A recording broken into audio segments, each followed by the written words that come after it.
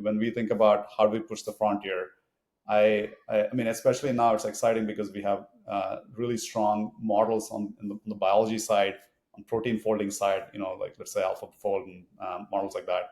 So what to me that showcases is you are expanding the number of targets you can potentially come out with at the very early stage of the development cycle. And that's great and wonderful, but once you get into the clinical model, into your human studies, where is the bandwidth? We currently do not have that bandwidth, and we need to do something to expand this tenfold, maybe 100-fold over the next coming decade.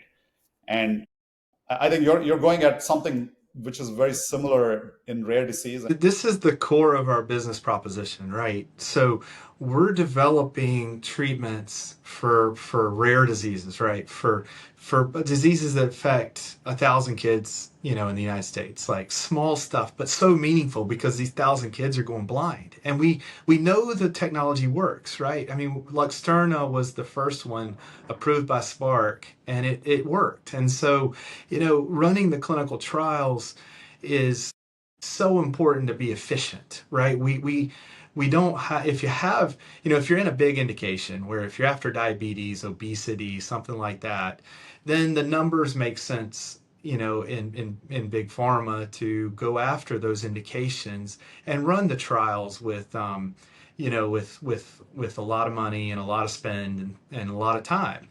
But when we're going after these targeted diseases, in order to make it viable and to make the company real, we have to be efficient. And that's exactly why I'm so thrilled that you guys are doing what you're doing, because otherwise these kids wouldn't get treated, right? I mean, it just wouldn't be viable. And so the bigger picture for the country or for the world is that the ability to use AI or the ability to use computer learning in clinical trials to improve efficiency allows us to treat diseases we otherwise would not be able to treat.